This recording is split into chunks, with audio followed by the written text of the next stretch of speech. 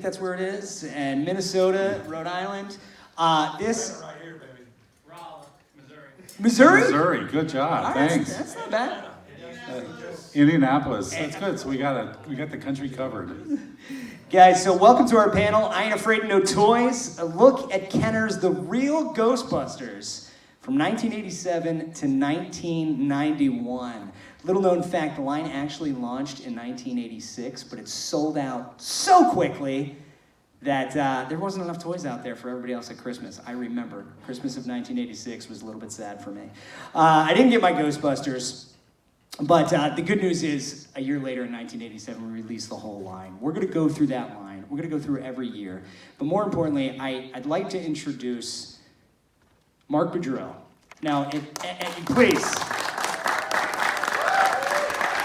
if anybody, Mark, with your permission, I'm going to embarrass you, or at least do my best to embarrass you. Sure. Okay. That's okay. All right. So, Mark has worked on many storied brands throughout the years, including the Chuck Norris brand. I've got more questions about that later. But most notably, Mark worked on. He was one of the original designers in 1978. Don't do the math. On the original Star Wars line. And you might know Mark has been in Bloomberg. I didn't tell you this, I'm surprised. Mark has been in publications such as Bloomberg. Mark has been on The Toys That Made Us. I think if you've watched out that Netflix series, you have seen Mark Boudreaux. Mark, his reputation precedes him. Mark, you've got a number of lines under your name. Chuck Norris, as I mentioned, Sky Commanders, Centurions, Bone Age, I don't know what that is, Megaforce, Shadow Strikers, Jurassic Park, Transformers, what else? What have I missed? Keep going. Okay, Keep going. But I will say this, more so than the legacy of brands he's worked on, anybody that has ever or still does work with Mark, because he's still putting everybody to shame in the toy industry. Mark is most renowned as a wonderful human being and a great guy, and we're very, very pleased to have him here. Thanks for coming all the way out from Rhode Island, Mark. We appreciate it. Thanks, everybody. So Mark is going to lead us down this nostalgia train of Ghostbusters toys from 1987 to 91. I think the neat thing is, Mark, that while you were working on these things and designing them, I was the kid at home playing with these toys. More importantly, not at home. I had to go to other friends' houses to play with these toys because my parents were like, no, you've already got too many Transformers. We're not getting you. So we had to, I recall on my 7th birthday, we went and saw Ghostbusters 2. And we came home, me and my best friend Brent, we had the same birthday. We went and saw Ghostbusters 2, and we came home, and all we wanted to do was don all of our Ghostbusters gear and kick some ghost butt. And we did. In the process, I broke a lamp with a golf club. It got out of hand. It was a little crazy. But nevertheless, I've gone through and we started looking at these commercials, and man, anybody that's in the similar age range, these are just gonna smack with nostalgia. So we're gonna take you through some commercials, and we're gonna take you through some product. Okay, let's get it going. We got it. Shut up, Kevin. Let's go. Uh-oh. Aren't these the best? Listen, we'll make this sound. It's Ghostbusters. Get your guy out of the sewer, and then this guy eats pizza. I know. Over here, it's Bug-Eye. I think he's got his eye on you, Winston. Uh-oh, somebody needs a phone. Watch it, that's Squisher. I think you. Gross. Let's turn these ghosts into toes. Neutralize them. Ghostbusters, each sold separately. From Kenner. Whoa! Yeah. There's an empty chair Listen, up here. you, sir, not only get another poster at the end of the evening, yeah, we're going into the evening, you also get an autograph from Mr. Mark Boudreaux for that. That was, oh my goodness. Oh my goodness. Thank you for making up for my complete lack of preparation. Now, I think Aaron might try to fix our little issue, but that was awesome. Is my computer what? And your name was? Sir, what was your name? Your name? Jack, thank you very much. He's only 17. But he has YouTube.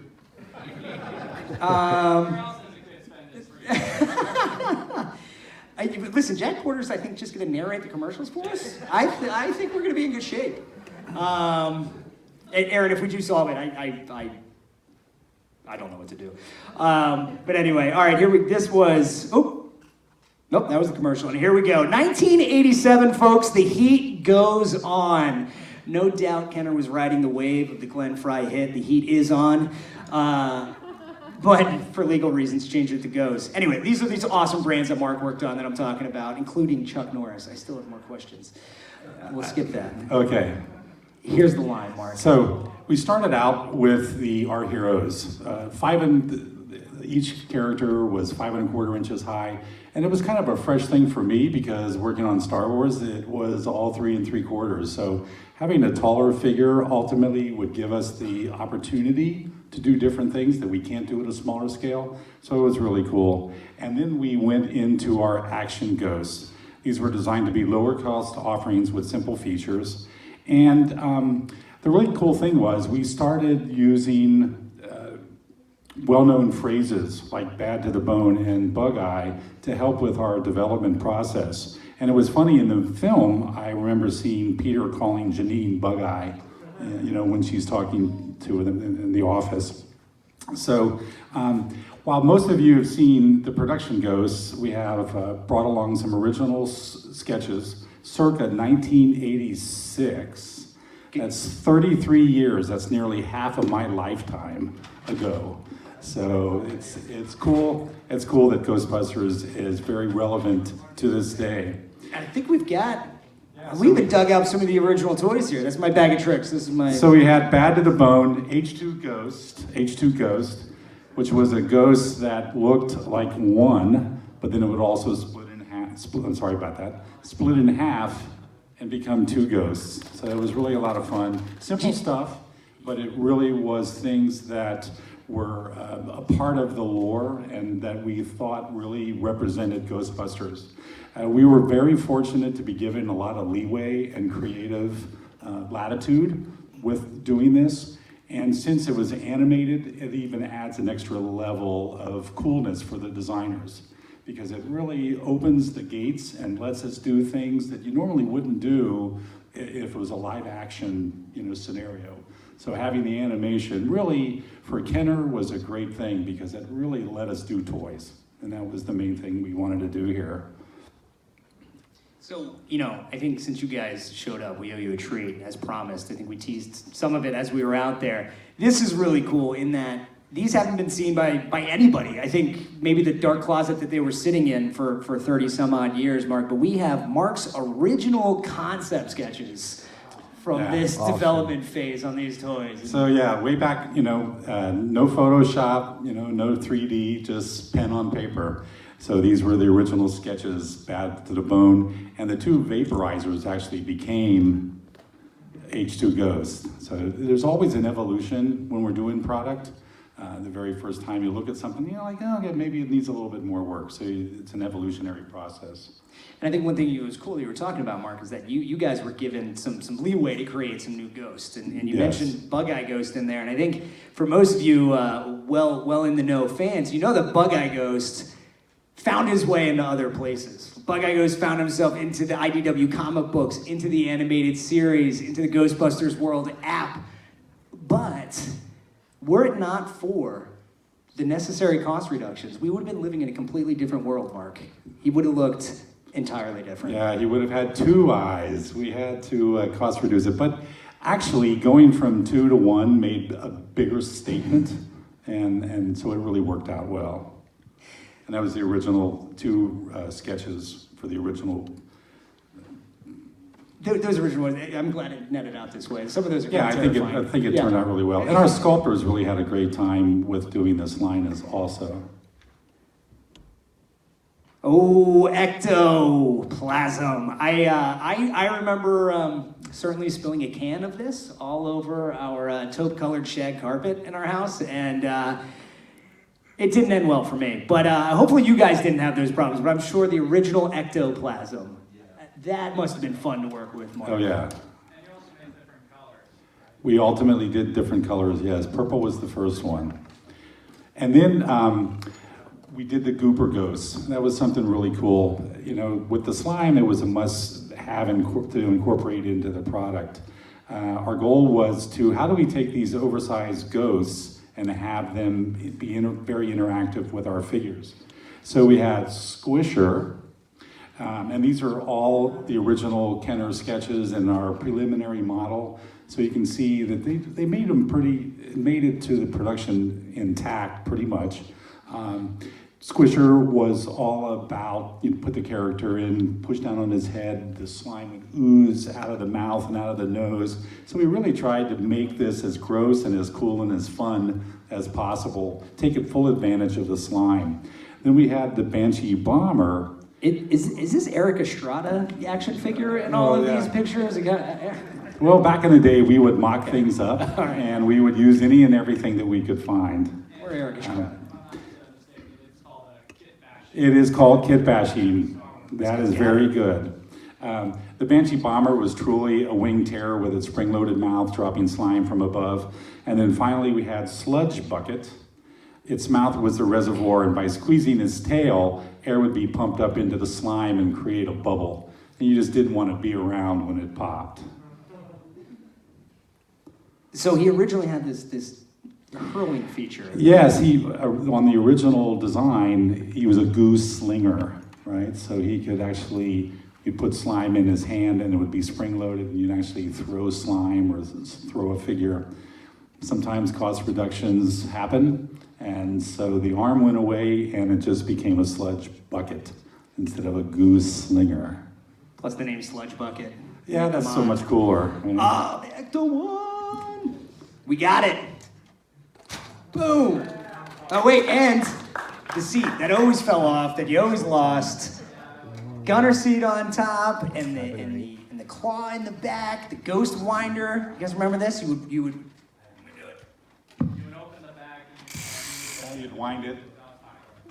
So the really cool thing about, one thing I mentioned before, what we really loved about having this be done in animation style versus live action style, the animation really was able to give everything its own personality, including the vehicles. So you really got a unique presentation for the line, and which I think made it very special and unique. One thing before we get into some role play, I used to teased it out. I just teased the role play. Sorry, go ahead. That's okay. There was a friend of mine that I worked with for a long time. His name is Ham Woodhouse. He's no longer with us, but he was responsible for most of, if not all, of the role play for Ghostbusters and many other weapons on many other lines. You might have heard of a lightsaber. You know, he was responsible for many of those other things. So I just wanted to do a shout out to Ham. I know he's up there listening and did a great job. You know, we had the ghost popper. We needed something that could neutralize a ghost at a distance, and the ghost popper was the answer. It was also Kenner's way to compete with the very popular Nerf line. As Kevin just showed, it was a forced air launching system, and we actually used packing foam for our darts. So that was kind of an interesting thing. And so as you mentioned, these originated as what Kenner's attempt to, not attempt, but Kenner's answer to Nerf, right? Finger poppers. You pop them with your fingers. Is that like, boo! Yeah, and all they were was packing peanuts, and so we just put them in a blister and sold them. So. That's fantastic. Every once in a while, you know. Ah, capitalism, I love it. Yes. That's fantastic. But so it's like pool noodle material. Pool noodle material. Not yes. a life-saving device, though. Correct. Okay. Well, unless you had a lot of them, but. So we want to kind of change gears a little bit here. With all this high energy capture going on, we also wanted to explore the ghost's softer side. The Safe Puff was big and huggable, and Slimer made for a great hand puppet. Kind of reminds me of Jabba the Hutt a little bit, but best of all, they could still be used as targets for your ghost popper. So no matter how cool they were still ghosts, and you still wanted to bust them. And then we had the Neutrona Blaster, aka light tag, a laser tag. Was a safe, fun, and active way to bust. Shoot your friends in the crotch. Long range. I was just going to say long range, but okay. I guess that'll work too. Why was he in a sewer? I have no idea. I'm sorry, you didn't have to do it with the catalyst. But listen, I often played in sewers as a child. I get it. And last but not least, we had the Proton Pack, the ultimate ghost-busting piece of hardware. It told those ghosts. I saw a lot of great cosplay Proton Packs today, so kudos. So it meant that you meant business if you were wearing your Proton Pack. The envy of the neighborhood, the Proton Pack. Yes. Goodness. Uh-oh, and then it came 1988. Look at that. The sun is rising. It's rising in 88, right? It must be. It's gotta be. We're gonna do, you guys will recognize this one. Oh, wait, hold on. Oh, we got sound. I'm sorry, Jack. Real Go ahead, do Ghostbusters it. Firehouse playset. Figment, our firehouse is haunted. No way. Oh no, I've been gooped. Then we go to the stadium. The Real Ghostbusters, each sold separately, assembly required. Hey buddy, see anything weird? It's some stone tackle. Don't lose your head. Take a hike. There's a policeman. Oh no, it's Tom. I can't believe my eyes. Whoa, we're not scared. Oh, the puns. I love the puns. I don't know if you guys can hear this, but Jack up here, Jack, right? Yes. Recited that whole thing. Word for word. I think it's, I don't have anything else to give you other than posters, but please keep going with it. Yes. Oh man, the firehouse. Oh, yes. I know I mentioned the envy of the neighborhood, Mark, with the Proton Pack, and that was true, but I remember, again, I didn't have any of these toys. I talked to my therapist about it. But my friend down the street, Brent, he had all of these. The day he got the firehouse it might as well have been Christmas. It might have been Christmas. But nevertheless, everybody came over to his house to play with the firehouse. But I don't quite remember it looking exactly like this. Well, I was given the task of designing the firehouse, and they thought in plastic, but it ended up just being in foam core. So that was something that we would do a lot. We would make things in foam core. It was really easy for us to test things, to make changes. And what happened was the foam core model was the only model that was around at the time. And so they used the foam core model as the underlay for that particular illustration. Folks that might be aware of Kenner catalogs, that happened from time to time, and this was one of those cases where we just didn't have anything else. I will say one thing about the toy itself. I mean, it had the usual suspects. It had a goober grate, and it had a containment unit and all that fun stuff. But when it came to the fire pole, we didn't want to just have figures come crashing down to the garage floor. So I put a spiral on the central post, and that created a spinning action. So the cool part about it was a very simple but very elegant way of giving the playset a little bit more action, a little bit more fun, because the character is sliding down and spinning all the way from the top to the bottom. So again, a simple thing, but really made sense. You're watching Ray kind of slide down the pole and spin a little bit in the film. We wanted to just kind of exaggerate that for the toy. And this is to the point of the foam model you were talking about. This is all... Right. Back in the day, we all have phones now, and they all have high-resolution cameras in them. But back in the day, it was kind of difficult to find camera equipment. But we did have a Polaroid, so I was able to take these 4 shots, and this is all that's left of the original foam core, these 4 Polaroids. But it was really cool. It was a way for us to, again, show our team, show marketing, get people really excited about it, and then we went right to plastic from this. This is all handmade, hand cut. All hand cut. Your hands dirty. And actually there's a bit of, it's not just straight up and down, because this was animation. We wanted to give it a little bit of flair. So it actually gets larger as you go to the top. Oh, we're going into another commercial here. You ready, Jack? I want you to predict which commercial this is. No. Ghostbusters! Sam, thrill me up! Ecto-2 will roast those ghosts. Got 'em! Figment, Ecto-2's a mean machine. It's creating crows. I hear ya. Run! Ow! Let's fly! Wait for me! The Real Ghostbusters. Figures and vehicles each sold separately. New from Kenner. Ghostbusters! We Yes. should have, boss. Wanna bet, Sonny? Jack, were you an understudy for these kids in the commercials? Is that what happened here? I'm 17. Oh. I'm a diehard fan of this. You indeed are. That is impressive, sir. I have every figure. So, Mark, I have all your creations. Wow. There you go. You've got all the. He said he had everyone, so I'm not going to ask any follow-up questions. But I'll tell you what. For me, nothing exemplified the Ghostbusters line like the Fright Feature figures. I mean, these things either you loved them or they gave you nightmares for weeks, or a little bit of both. But oh my goodness, the memories of these, right? Yep. Well, it's very interesting because, again, the animation styling gave us a lot of flexibility, let us change proportions of the characters, especially like the haunted humans. It's always a balancing act between the aesthetics and the engineering. But because of the animation, it really gave us some room. It was always kind of a contest with the designers. How much can we pack into any given volume of material? So it's amazing how a spring, a little bit of plastic, and a lot of imagination can do.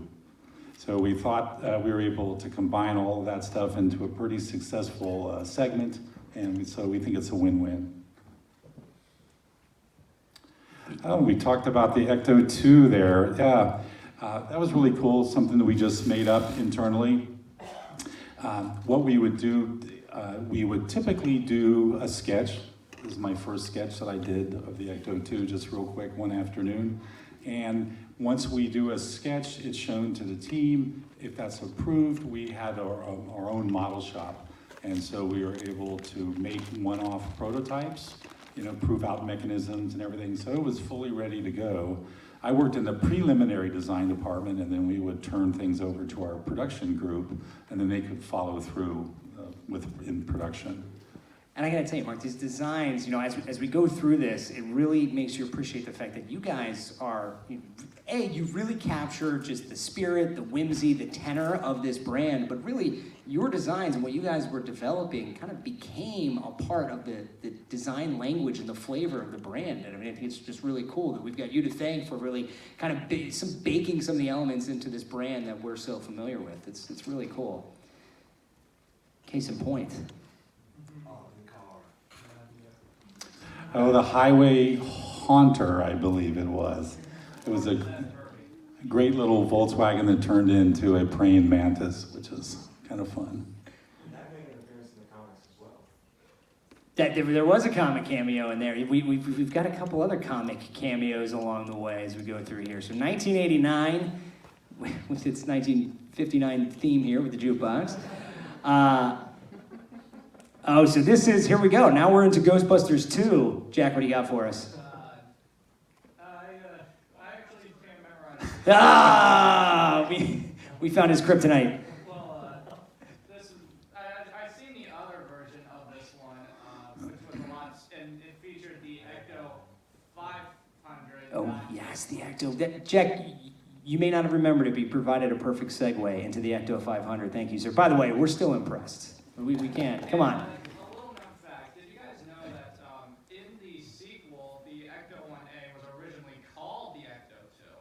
But I guess they switched that because the Ecto 2 is a helicopter, not the car. Well, there you go. But in one shot, you can't see the Ecto 1A have a plate that says Ecto 2. Well, there you have it. I mean, we got some film trivia in here as well, Jack. We were not at all aware of that. I'm sorry, I thought we were segueing into the Ecto 500. That's a little bit later. I buried the lead. But these guys. I lost my spot. Oh, no, sorry, Mark. Where are we? Yes. Super Fright features. Yes. It was really cool. The Super Fright features, Kevin's got a couple of examples. Again, a challenge. The 5 1/4 inch figure really lent this to happen. As I mentioned before, a spring, a little bit of plastic, and a lot of imagination goes a long way. These were concept. Go ahead and hit the next slide. We started doing concepts of what these fright features might be. So, yes, and simple mechanism, little push button on the back. And then it also showed our model shops models. And the interesting thing was, when you do preliminary things, they don't always correlate to exactly the production. But the big challenge was, how do you fit 5 pounds of fright into a 2-pound hero, right? Because it really does take some ingenuity to get all this mechanism within tight spaces. So we had Scareface Winston that actually became Ray. We had Heads Up Ray version 1 that became Winston, Heads Up Ray version 2, which became Peter, and then Janine ended up with the fish tank helmet. So, do you have that? Yeah, fish tank Janine, yes. So that's cool. Terrifying eyes. Yes, and speaking of fright features, actually, if you go to the next slide, I think as cool as the fright features were, I think the most terrifying ghost that we ever created was Fearsome Flush. So like the bottom line here is remember to always look before you sit. And speaking of IDW Comics, I think the guys that were in here before would appreciate. They have what's going on? Found their way to sneak Fearsome Flush into the comics too, in the most subtle of ways. I don't know. I guess that's subtle, but nevertheless, pretty cool. Yes, it is. A nice homage. Oh, this guy, the mini trap. I always remember. Remember this? You stick your finger in and chop it every time. I don't know, like was they play pattern that I was supposed to be able to get my finger out there in time? Well, see, my little knuckles were so bruised. That was Mr. Woodhouse. Oh, of course See, he it was British and he has that sort of humor. So I think that was his way of kind of getting back at the rest of us. So we talked about the Ecto 3 and the Ecto 500. So going from the go-kart to IndyCar, it was always fun to take our everyday recognizable vehicles and retrofit them into awesome ghost-busting machines. So we have the Ecto 3 here first, and each of the sketches show a refinement of the function. We have these little electrified fly swatter, ghost swatter tongs in the front. So the sketches were a great way for us to quickly make changes, and then again, our model shop created the model that you see there. And then for ghosts that were faster than the average go-kart, the team needed to get a little bit more horsepower, so they created the Ecto 500. Here you see the original sketch. The original design used a rear wing trap that swung forward to capture the ghost, while the production version used extendable air intakes to kind of grab your ghost. So again, but the nice thing about it is, as Kevin mentioned, we tried to come up with a new form factor or a unique form factor for Ghostbusters. And so instead of using a high-tech Indy car, we used, 50s, 60s version of an Indy car. We like that vintage retro look to the elements that we designed for Ghostbusters, and that's why you see the appearance that you see. These are gonna be our four. Oh, yeah, okay, so another commercial. Commercial bumpers. There we go. Ghostbusters! Each sold separately. Break out the new equipment! Ghost Trap 6, Ecto goggles down! It's Marshmallow Man! Ecto Pumper ready! Neutron blaster charged! Roast them! Got 'em! We ain't getting up! It's the Ghost Trap from the Real Ghostbusters. I love his monogram dad. I'm sure somebody on the commercial was like, we gotta make sure he doesn't just look like a creepy neighbor. Let's really make sure it's his dad on there, big and bold. And the 80s commercials, man, I'll tell you what, might have been the best part about the 80s. That was fantastic. Okay, we'll continue with Ham's roleplay elements. To be a Ghostbuster, you needed your proton pack, but you also needed all your gear, especially the ghost trap. Ham used a simple air pump to activate the opening doors for the containment unit.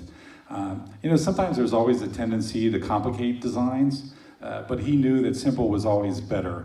And at work, we always said, it's the old adage, it's the old KISS principle, if any of you guys know what that is. So it was something that we kind of lived by. We thought that, you can always make something really complicated and expensive, but it's a real master who can simplify things and still deliver the content, but make it something that's fun and functional and also elegant. Keep it simple. Keep it simple, stupid, There is it what is. that means. Just in case. Just in case you didn't know. There it is, the ghost trap. And that's Ham's sketch and our prelim model, So cool. which looks just like out of the film and out of the animation.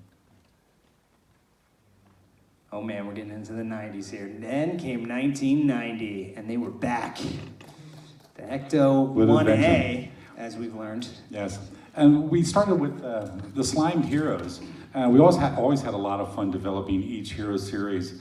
This time around, we use a bit of magic technology. We love the traditional slime, but it was always a bit messy. So we turned to chromatic paint. At room temperature, this paint, when applied, was nearly invisible. So it was perfect for what we wanted to do. It was a bit more expensive, but the end result was worth it. So our heroes thought that they would be protected from the ghosts by using their high-tech gear, but they were in for a big surprise. So you just filled your ghost with cold water and you watched the fun slime pattern appear. So it was awesome. They looked perfectly normal in your first mode. You wear all this great gear. They get hit by the cold water, and when you take the gear off, any of the negative spaces of the like visors or goggles that Ray was wearing, or Lewis, I think, was wearing some goggles as well, they would have, their flesh would be exposed, but everything would be shown, but everything else would be slimed. And to turn it back, all you had to do was let it warm up or hit it with some warm water, and you were back in business. So again, very simple, but very elegant and very appropriate to the overall theme of Ghostbusters. Well, I'll tell you, I think the thing that's commendable about these, Mark, is that you guys took basically the same figures that had been in the line now at this point now. And made them fresh and new. Yeah. Not only made them fresh and new visually, but you added a whole new story to them. Yep. You guys were crafting a story along with this that may or may not have had some, resonated from the animation to some degree, but you guys were really building some thought into this. So like I said, at the time, our partners gave us a lot of latitude, and we hope that we did them proud by, doing the product. I should say so. Oh, the vehicles. Okay, Man, this is... vehicles.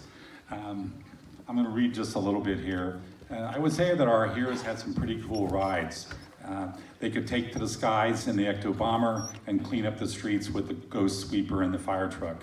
Our concepts usually evolved, and these were no exception. The original designs were a bit too large and complicated, and therefore a little bit too costly. For production, they were reduced in size and complexity, but we were able to keep all the interactive features. For the Ecto Bomber, I was especially happy, there you go. I was especially happy that we could preserve the vintage open cockpit look of the original. We kind of talked about this before. We didn't want this to be a sleek, brand new fighter jet. This wanted to be just sort of open air, fun, propeller driven thing, and it really was in keeping with the overall look. But we were able to keep the Ecto Bombs in the grabber claw. As it turned out, the fire truck that you see there, actually was kind of a concept. Two things merged together. There was only a spot for one. We had the airport fire truck and we had the garbage truck. Everybody loved both, but like I said, we only had room for one. So we did the only fair thing that we could do. We put both concepts into a blender and outpoured a little fire truck, a little red fire truck. So this one. So it took all the great attributes of both and combined them into one. I gotta tell you, I'm full with 7-year-old envy all over again. I feel like I'm looking at the Sears catalog in 1989. Like that, I want this. How do we? Yeah, it's gone. Okay, forget it. But no, I think it's incredibly impressive to see the amount of detail, the amount of thought that you guys put into these. Every single little call out.